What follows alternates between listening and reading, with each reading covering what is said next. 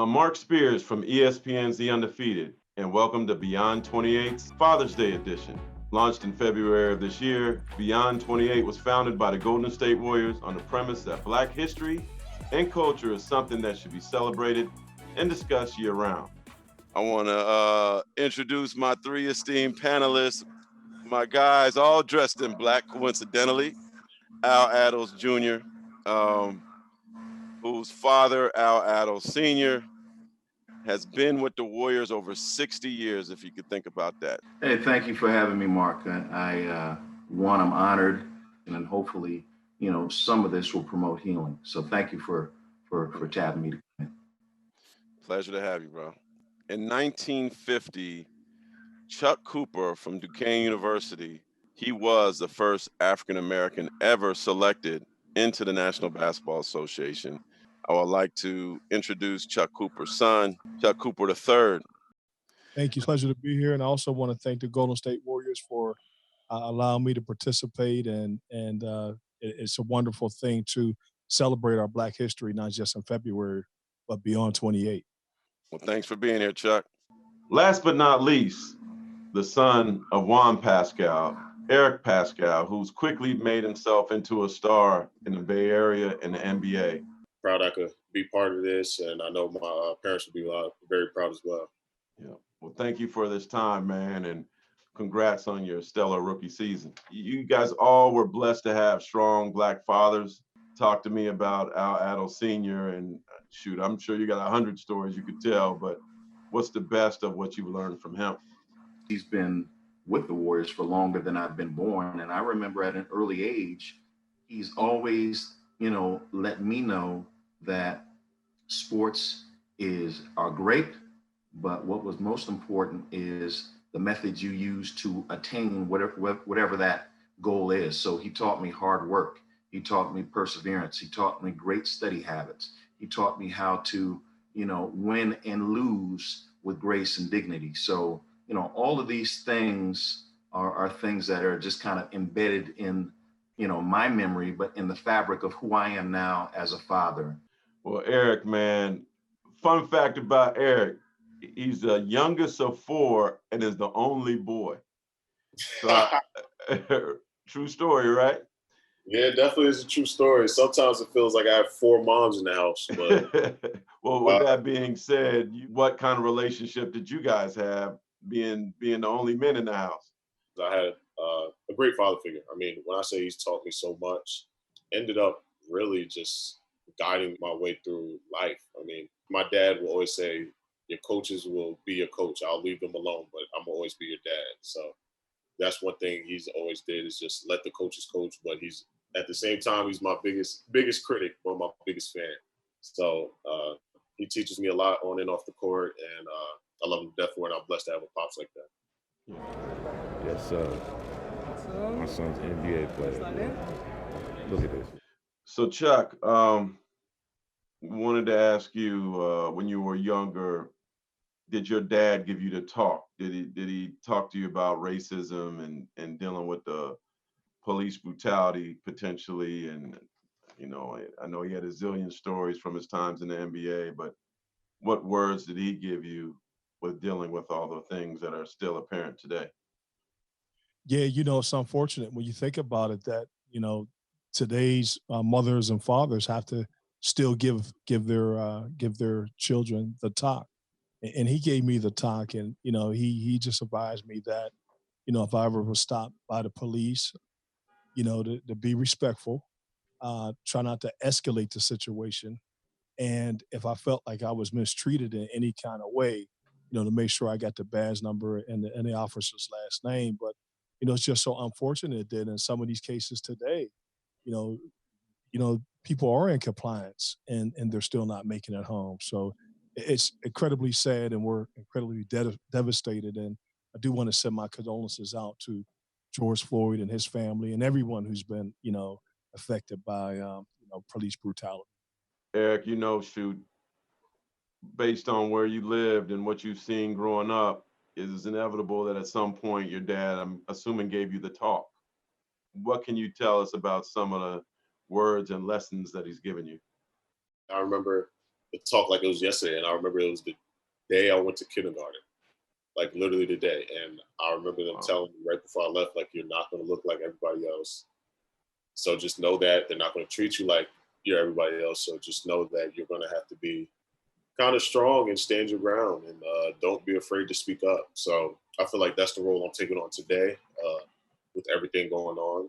And I feel like that's why I've been very open to just speak my mind. For Chuck, any stories your father has told you about racism that has stuck with you today?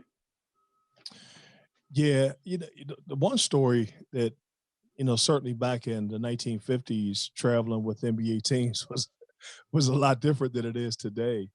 And they were down in North Carolina, and after the game, he couldn't stay at the hotel with the rest of the team, and he told Coach Arback at the time that he would go ahead and catch a train back to Boston, and his good friend Bob Cousy decided that he would catch the train with him, and they get to the train station, and Cousy said they had a couple beers, a couple adult beverages, so they had to go to the bathroom.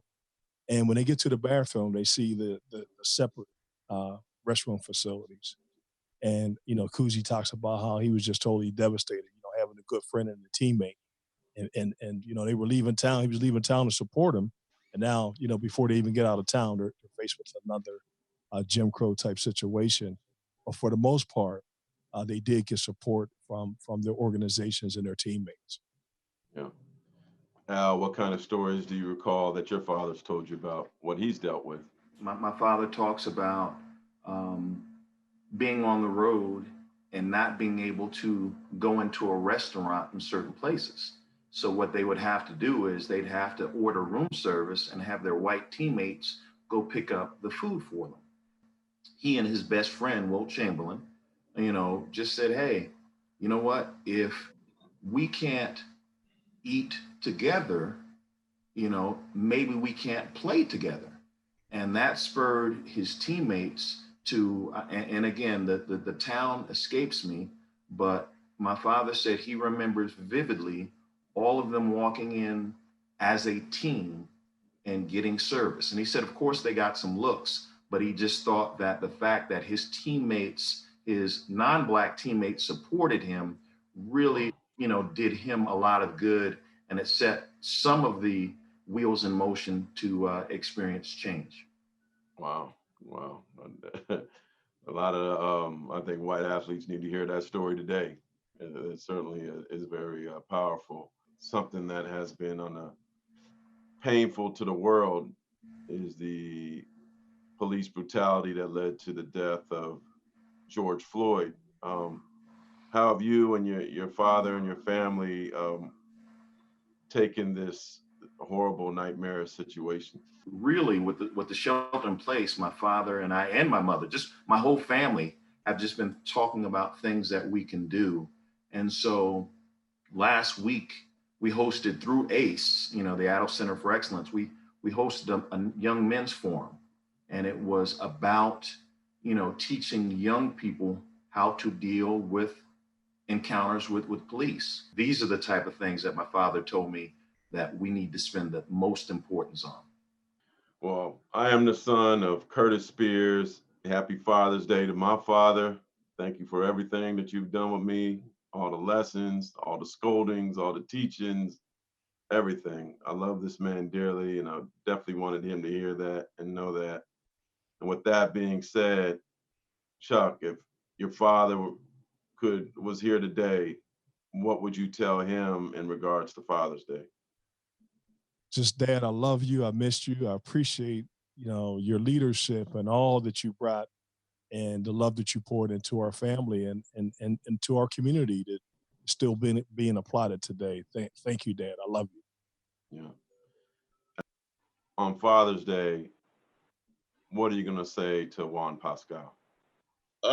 He knows, but definitely I love him. I mean, thank him for being a great father. I mean, again, like my sisters and I, like we have a great family. Like we all love each other. We all talk trash to each other, but at the end of the day, we know we're a family, and if anybody messes with us, then you're messing with one of us, and you're messing with the whole family. And that's how it is. And all families argue and stuff, but at the same time, like, we know we're a family and we're always going to chat each other's back. So I love my family, and I feel like I have the greatest family in the world. All right. Al Jr., what are you going to tell your father on Father's Day? Dad, I love you.